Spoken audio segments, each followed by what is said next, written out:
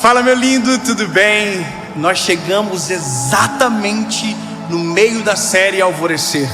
Essa é a nossa quarta mensagem e o tema é: eu não consigo ter fé. Sabe, quando você ouve as histórias, quando você vê os milagres, mas parece que com você não é possível. Essa mensagem é uma palavra de Deus para o seu coração. Antes de entrar na mensagem, eu quero só te pedir um favor. Aqui embaixo desse vídeo tem um botãozinho de joinha. Se você clicar nele, o YouTube entende que é uma mensagem relevante e manda para mais pessoas. Então, por gentileza, se você não curtiu o vídeo, curte. Não esquece de comentar, deixar aquilo que edificou você e manda para todo mundo que você puder. Outra coisa, toda a segunda-feira, 7 horas da manhã, em ponto, tem uma mensagem de Deus para você aqui no nosso canal. Então, se você ainda não é inscrito, se inscreve, ativa o sininho e eu espero você toda segunda por aqui. Jesus te abençoe. Vamos para o vídeo. Jó, capítulo de número 3, versículo de número 11. Porque eu não morri desde o ventre da minha mãe, e saindo do ventre da mãe, porque eu não parei de respirar. Sabe, você só compreende a profundidade do desabafo de Jó quando você lê a história de Jó. Sabe, a ponto de dizer: olha, eu preferia ter morrido antes de nascer, eu não queria ter vivido absolutamente nada dessa vida absurda que eu estou vivendo agora. Sabe, é uma sensação de apanhei tanto que eu não gostaria nem de ter vivido. Sabe, é uma hora onde as pessoas desistem, né? Tem gente que diz: eu já chorei tanto que o pote de lágrimas secou. Você já viu isso? E é onde a gente ouve a seguinte frase: eu não consigo mais acreditar em nada. Eu não consigo mais acreditar que existe um Deus no céu que se importa. Eu não consigo acreditar que Jesus realmente existiu. Sabe, eu não consigo acreditar nesses milagres, nessas histórias. Eu não consigo mais acreditar. É quando a gente perde a fé. E é possível a gente perder a fé em tudo. A gente pode perder a fé no ser humano, a gente pode perder a fé em nós, mas a pior coisa do ser humano é quando ele perde a fé em Deus. Porque Deus sempre vai ser a primeira, mas também a última instância. Sabe, quando você não tem mais a última instância e você perdeu nas primeiras, ali parece que, sabe, acabou. Eu acho interessante quando um ateu explica a fé do cristão. E o ateu, ele é brilhante em explicar a fé. Ele vai dizer: é porque o cristão precisa de uma esperança. A pergunta é: e quem não precisa? Porque a esperança do cristão, diferente da esperança da ciência, por exemplo, a ciência tem um limite. Nós cremos em algo que não tem limite. A gente sempre diz: a medicina vai até aqui, o Senhor vai além. A morte paralisa, Deus dá a vida. Sabe, aonde não existe uma saída, nós que cremos em Jesus acreditamos em um novo ciclo. Nós acreditamos num milagre. E até quem não acredita, quando chega na última instância, faz um esforço para acreditar. Quantas vezes eu já fui visitar pessoas que estavam morrendo de alguma doença terminal e que nunca creram em Jesus, mas chegaram na última instância, a última coisa que restou foi crer. Só que veja, o mesmo motivo que faz alguém crer também pode fazer o outro deixar de acreditar. Quando você olha para a história de Jó, o mesmo motivo que poderia fazer alguém crer, naquele momento talvez quis fazer ele deixar de acreditar.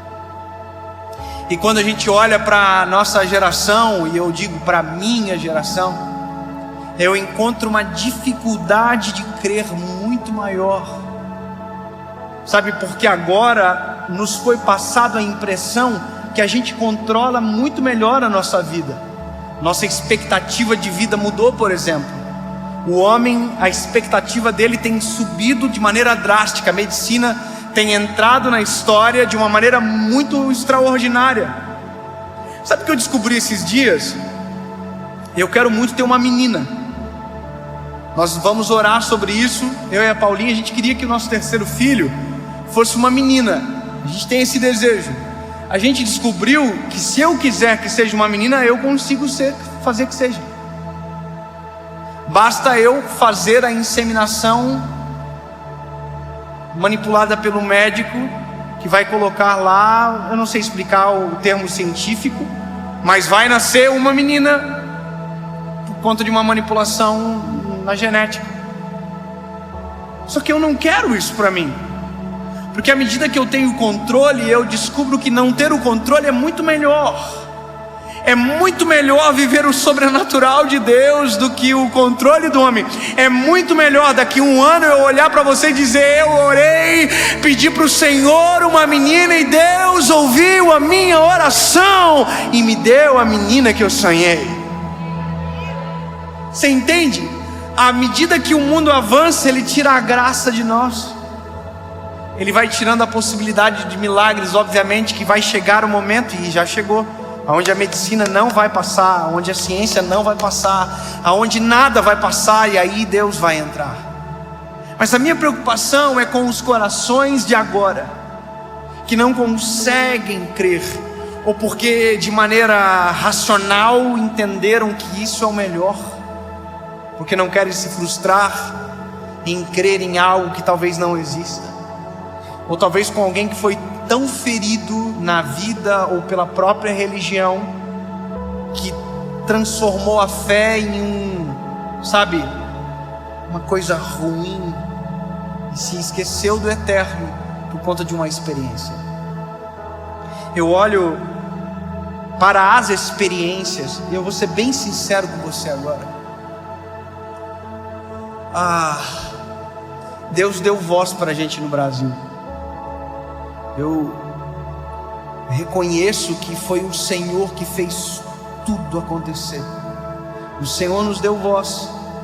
Mas sabe, de verdade, quando sai alguma matéria nossa, quando sai alguma notícia, às vezes a gente lê os comentários, e eu leio algumas frases assim, tipo: pastor é tudo ladrão. Sabe, ele só quer o dinheiro das pessoas, aquelas coisas que a gente ouve de senso comum. Mas quando você olha na história, você percebe que existem culpados disso acontecer. Sabe, existem os culpados de fazer isso acontecer. Ou seja, nós às vezes pagamos o preço de decisões erradas lá de trás. Só que aí que está. O problema não é comigo. O problema é que essas pessoas que construíram uma imagem errada, ou que frustraram a fé de alguém, frustraram a fé em Jesus. Entende? Tem pessoas que deixam de crer porque foram feridos por alguém que deveria ser aquele que protege, que ama. E eu vou te falar uma coisa: nós somos muito tentados às vezes na vida, como todo ser humano, mas eu consigo entender a responsabilidade que eu tenho. Sabe, entendo o que eu vou te dizer agora, mas, por exemplo, se alguém trair a esposa, ninguém vai saber. Mas talvez se eu trair a minha esposa, a Paula, porque tem uma voz que o Senhor deu, olha que loucura. Tem gente que nunca mais vai querer ouvir uma pregação, que vai achar que todo pregador é o vagabundo que traiu a esposa. Você entende? Se eu abandonar a minha família, ou se eu perverter o meu coração, eu sou responsável pela vida de muitas pessoas. Aí você vai dizer: mas a fé, ela tem que estar em Jesus. Eu concordo com você. Mas quando a gente olha o apóstolo Paulo, ele diz: sede meus imitadores, assim como eu sou de Cristo. Sabe o que ele está dizendo? A nossa responsabilidade é muito grande. Mas a minha mensagem agora não é para um pregador, não é para um pastor, é talvez para alguém que foi ferido ou teve a fé desacreditada por uma má experiência, seja com alguém da religião, sabe, seja com uma vida muito sofrida. A minha palavra para você é: mude a perspectiva dos teus olhos. E isso é muito importante, porque à medida que o tempo passa, se nós não tivermos o nosso coração no Senhor, se os nossos olhos não estiverem fitos nele, se nós não tivermos fé, o que nós vamos ter? E eu percebo que a falta de fé, ela invadiu aqueles que mais deveriam ter também. Sabe, o meu coração nessa série, qual foi?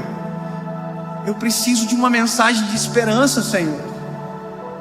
Jesus, eu preciso de uma palavra que seja para esse tempo. Ela é atemporal, mas eu preciso de respostas para esse tempo. E veja, eu estou falando sobre Jesus de uma perspectiva em todo o tempo, dizendo para você: olha, é possível melhorar, é possível Deus transformar a sua história, porque eu tenho fé. E por isso o tema da mensagem é alvorecer, o tema da série, sabe, uma esperança. Porque se eu não tiver isso, o que eu vou ter? Se eu não crer que Deus pode agir, no que eu vou crer? Se eu não creio que Deus pode parar uma chuva, no que eu vou crer? Você entende? Eu preciso crer, não é quero, eu preciso. A minha geração precisa crer, não é quer, não, nós precisamos, porque senão a gente entra em colapso, senão a gente entra em desespero, senão a gente desacredita, e desacreditar de Deus é desacreditar de nós, porque aonde estamos nós? O que é a nossa vida? O que é a nossa história? Sabe, eu quero que você chegue, ouvindo isso que eu estou falando para você, na expectativa de voltar a crer, mesmo que os teus olhos não enxerguem nada ainda. Hoje eu vi um vídeo de um rapaz que faz salto em distância e ele é cego. Sabe, quem salta em distância, ele percorre uma pista e ele pula numa caixa de areia. O que me doeu o coração é porque o cego, um atleta profissional, sem ver, ele correu e ele mudou o ângulo. Sem perceber, ele mudou o ângulo da corrida dele. E ele pulou metros de distância e caiu fora da caixa de areia. Caiu no chão duro, com a bunda no chão. Sabe, sem ver, ele correu. Sem ver, ele saltou. Só que ele caiu fora da caixa de areia. Crer é sem ver,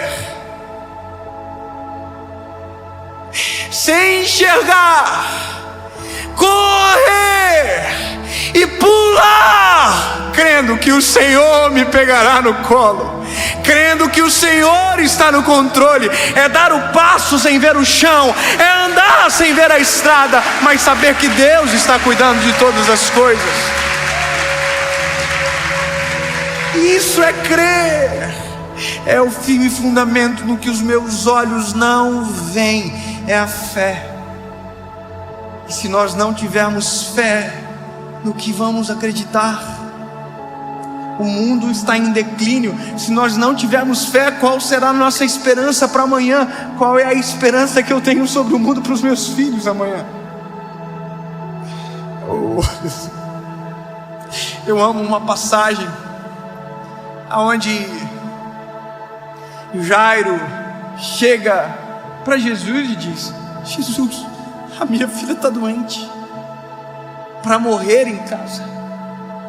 O Senhor vai na minha casa e eu creio que o Senhor vai curá-la. Bom, Jesus diz: eu vou. Só que enquanto Jesus está indo, uma mulher toca em Jesus, uma mulher que tem um fluxo de sangue. Jesus para e tal. E enquanto Jesus está operando esse milagre, chega uma notícia para Jairo: ô Jairo, não adianta mais o mestre ir. porque ela morreu.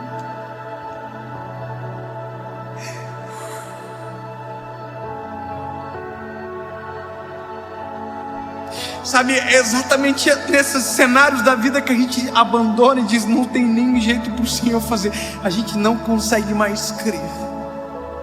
Sabe? Só que é exatamente nesse momento que crer faz todo sentido. É exatamente nesse momento da vida que nós mais precisamos crer.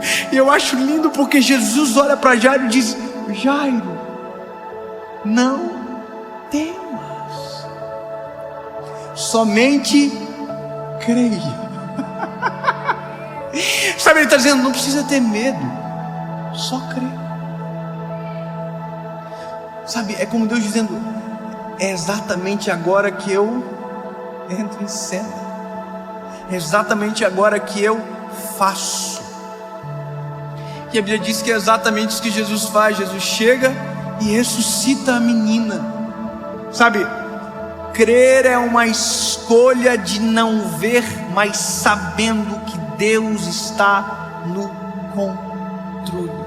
É mesmo quando não existe um caminho, conseguir enxergar a estrada. É mesmo quando não houver o sol, é a gente enxergar o alvorecer. É mesmo quando todo mundo não consegue ver um cenário de paz, sentir paz. E talvez por isso que o cristão irrita muito aquele que crê, que todo mundo desespera e diz: não, vai ficar tudo bem.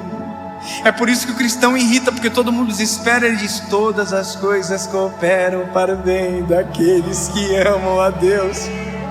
Sabe, é por isso que todo mundo corre de medo. Ele diz: não, nós não somos escravos do medo, porque o Senhor não nos deu um espírito de medo, mas de coragem e ousadia.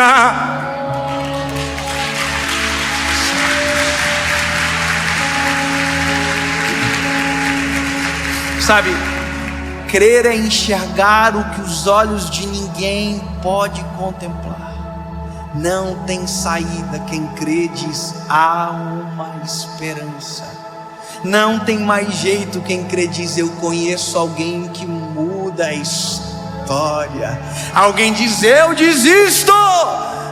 Quem crê diz: é hora de recomeçar. Quem não acredita diz: eu caí. Quem crê diz: Deus levanta o caído. Entende? Sempre haverá uma perspectiva de luz, de esperança para quem crê. Então você precisa escolher. Não crer é viver no marasmo de ausência de esperança. Ao oposto disso, crer é ter esperança. Meu grande sonho com a minha geração é que as pessoas tenham as suas experiências com Jesus. Sabe, experiência com Jesus. Posso te falar um negócio? A gente está aqui agora, lembra que eu brinquei aqui da chuva? Jesus, se o Senhor quiser parar a chuva, o Senhor pode parar. Você acha que é legítimo eu parar tudo agora e dizer: Jesus, faz parar a chuva? Você acha que é legítimo? Sim ou não? Você está vendo o medo que existe em nós em crer? Por que a gente não acha legítimo? Ou por que a gente não faz? Porque o meu medo é que eu ore e continue chovendo. Você entende? Só que aí entra a perspectiva de crer. É que mesmo não acontecendo aquilo que eu quero, eu creio que Deus ouviu a minha oração, mas sabe o melhor. Sabe, eu me lembro de quando eu tomei a decisão por Jesus. Eu fiquei apaixonado loucamente. Eu queria orar por todo mundo que estava doente. Porque como eu ia saber se Deus não queria que eu orasse se eu não orasse? Sabe, eu me lembro de uma vez que eu estava saindo da igreja para ir para uma outra igreja. Eu era líder de jovens, eu estava visitando alguns eventos que estavam acontecendo. E quando eu estava saindo, passou uma irmã por mim, com a mão assim, ó. Eu falei: o que está acontecendo? Ela falou: eu estou indo para o hospital, estou com muita dor no dente. Eu falei: me deixa eu orar primeiro. Porque vai que Deus cura. Entende? Caraca, eu vou perder uma oportunidade dessa. E ela parou, e eu orei, e sabe o que aconteceu? Nada. Jesus não curou ela, ela foi para o hospital. Mas aí que tá, eu continuei crendo, porque não é pelos que meus olhos enxergam, é pelo que eu creio na minha alma, no meu espírito. Deus está no controle. Entende? O crer não significa que eu vou entrar numa experiência onde tudo vai dar certo. Mas quer ver uma outra experiência? Essa semana, e eu concluo agora a importância de crer. Meu filho João pegou uma virose. Meu príncipe. Nós voltamos de madrugada de Floripa, a gente estava aqui, voltamos para Joinville, e ele foi vomitando até em casa. Quem tem filho aqui sabe como a gente que é pai fica, né? A gente queria trocar e entrar no lugar, sabe? Filho, fica bonzinho, o papai vai ficar mal. Sabe, eu parava o carro, ele vomitava. No dia seguinte, na manhã seguinte, ele vomitou. E eu me lembro da cena dele comigo no sofá. E a minha esposa falou: filho, porque a gente fala tudo a verdade para ele. A gente vai levar você no hospital. Você vai ter que tomar um piquezinho no braço para tomar soro, que você não está bem, filho. E ele começou a chorar e disse: mamãe, eu não quero ir para o hospital, mamãe. Dói. E claro que dói. A gente sabe que dói, mas dói muito mais na gente. Aí naquele momento eu falei para ele assim: filho, olha para o meu pai. Antes de nós irmos para o hospital, a gente vai orar, filho. E se o papai do céu curar você, você não vai mais precisar ir para o hospital. Olha que loucura. Então, filho, nós vamos orar. Se o papai do céu curar você agora, não precisa mais ir. Vamos orar, filho? E meu filho falou: daí não vai precisar ir para o hospital.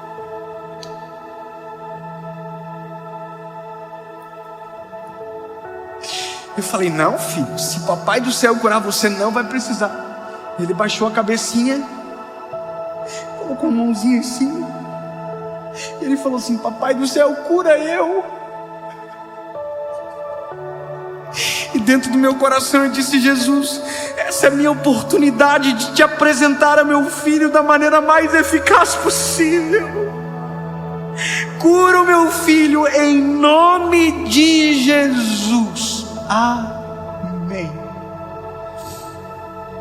E na hora, Jesus curou o meu filho. Acabou.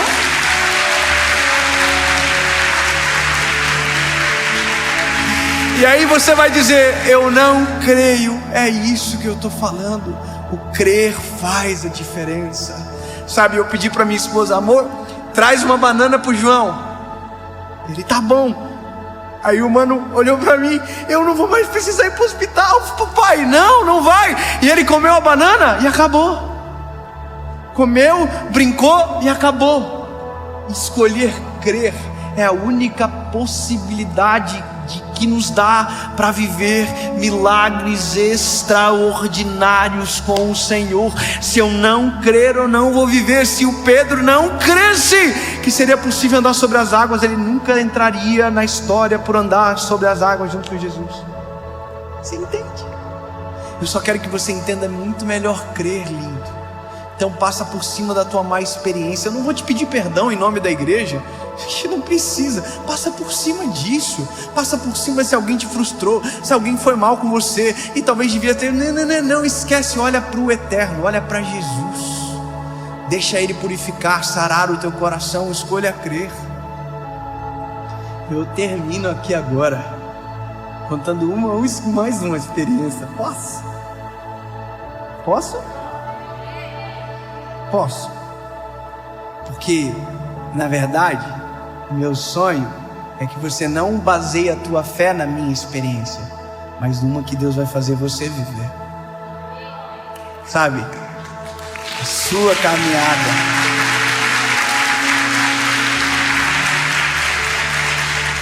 Só me permita a te inspirar. Só isso.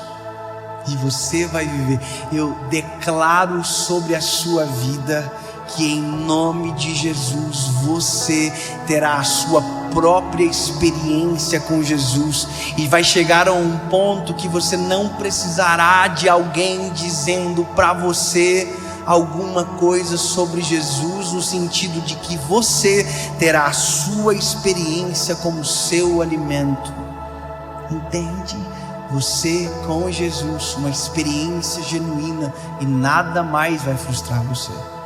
Eu me lembro que um dia eu escrevi um livro que até já esgotou faz muitos anos e eu nunca mais relancei ele. É até bom lembrar disso agora, porque eu quero trazer ele de novo. O tema do livro é O Deus que me faz chorar. Eu nem sou chorão, né? Não sei porquê. Mas olha, eu descobri que vale a pena provocar o Senhor, sabe? Provocar mesmo. Eu creio que o Senhor pode fazer. Eu creio. Essas loucuras assim. Vai, antes de tomar aspirina, Jesus, Senhor, tira esse dor de cabeça. Amém. Aí de repente vai, imagina, é muito mais gostoso, não é? Você tomou aspirina, passou, passou. Aí, mas você orou e passou, é outra, entendeu? Outra vibe. Irmão, um dia, eu tinha um crediário numa loja lá em Joinville, o Senhor já me libertou. Sabe, o crediário que te obriga a voltar na loja para pagar, aquilo é uma pegadinha terrível, irmão. Você entra na loja, o vendedor já fala assim, é um alvo, vamos gastar mais. E aí, irmão, eu tava indo para pagar o meu boletim e tal, o meu carrinho aqui, você percebeu que parou de chover, né? Eu tava indo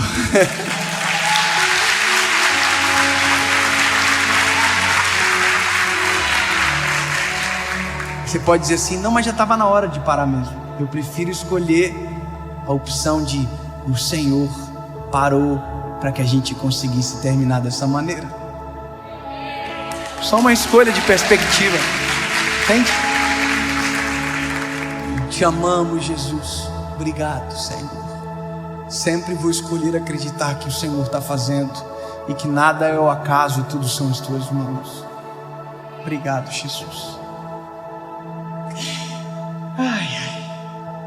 A gente provoca, mas já viu ser provocado pelo Senhor como é uma coisa muito doida. Eu oro para que você viva isso. Um dia eu estava lá, indo pagar o boletim, meu carro, e aí tinha uma vaga de estacionamento que ficava na frente da loja, que eu ia pagar a conta. E quando eu passei, a vaga estava preenchida, e aí eu ia ter que ir para um estacionamento pago, que era um pouquinho mais longe e tal, mas que era caminho. E eu reclamei comigo assim, puxa vida, a vaga estava preenchida. Aí, dentro do meu ser, ouvi uma voz dizendo, por que tu não me pede as coisas simples da vida também? Irmão, eu não sou normal nem um pouco. E eu amo o desafio. Eu amo essas tretas, irmão. Eu falei, o quê? Eu vou voltar lá, Senhor, e vou te pedir então. Irmão, voltar significa dar uma volta de 6 minutos a mais. E eu voltei. Tenho isso medo, irmão. Porque agora era a voz dentro de mim em jogo, além da minha fé. Voltei. No comecinho da rua falei, bom, o Senhor falou comigo. Se o Senhor achou que eu não ia vir, o Senhor se enganou. Porque eu vim. Então eu quero, Senhor, aquela vaga na frente da loja. Amém. Descansei. Estou chegando na frente da loja. Tinha um carro na frente da vaga. Na vaga. Aí eu já estou aqui já. O carro deu pisca. Saiu da vaga. E eu entrei. Entrei. Só que aí que tá. Essa é a coisa mais gostosa do mundo. Quem disse que eu consigo sair do carro para pagar o boleto agora? Mãe, eu estou no carro. Aleluia. Chorando. Falando em línguas. Aleluia. Igual maluco, irmão. Entrei para pagar a conta com os olhinhos tudo vermelho, tanto de chorar. Aí voltei para casa, cheguei para minha esposa, falei, amor, tu não acredita o que aconteceu? O Senhor fez isso comigo. Eu voltei e pedi a vaga, Deus me deu a vaga. Eu entrei na vaga, pegou a vaga, top a vaga. Minha esposa gravou para usar contra mim num ambiente necessário de novo. No outro mês, Eu tô voltando na mesma loja. Quando eu entro na rua, minha esposa fala, pega na minha perna assim, ó. Eu não quero ir pro estacionamento, tá?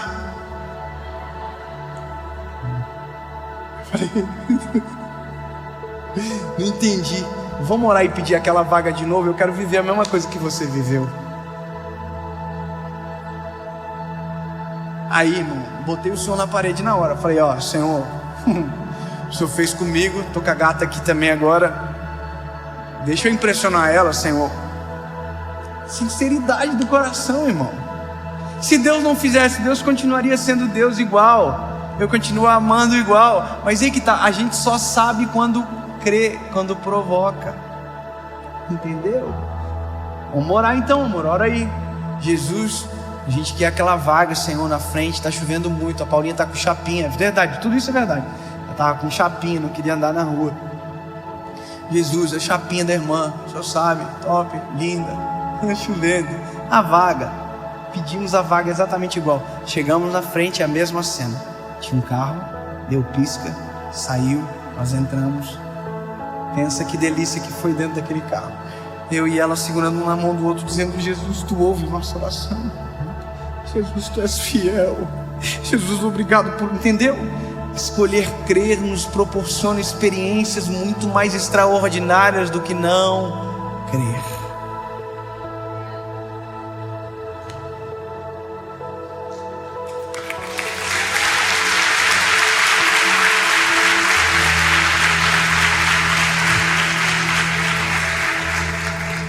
Jesus, eu creio que esta mensagem vai chegar na hora certa para milhões de pessoas que por conta desta palavra voltarão a crer em Ti, Jesus, e provocarão experiências contigo extraordinárias e serão transformados pela Tua presença. Jesus, nós cremos em Ti. Tu és o nosso amado. E não importa o cenário, não importa a crise, Tu és e sempre será o nosso Deus. Nós cremos e bem-aventurados somos, porque mesmo não o vendo, cremos. Te amamos, Jesus. Que a nossa experiência contigo, que a nossa jornada de fé seja brilhante, que os nossos filhos e netos sentem numa sala um dia só para ouvir as nossas experiências contigo. Existe a opção de contar a experiência de alguém, mas nós escolhemos viver a nossa própria história contigo. Em nome de Jesus. Amém.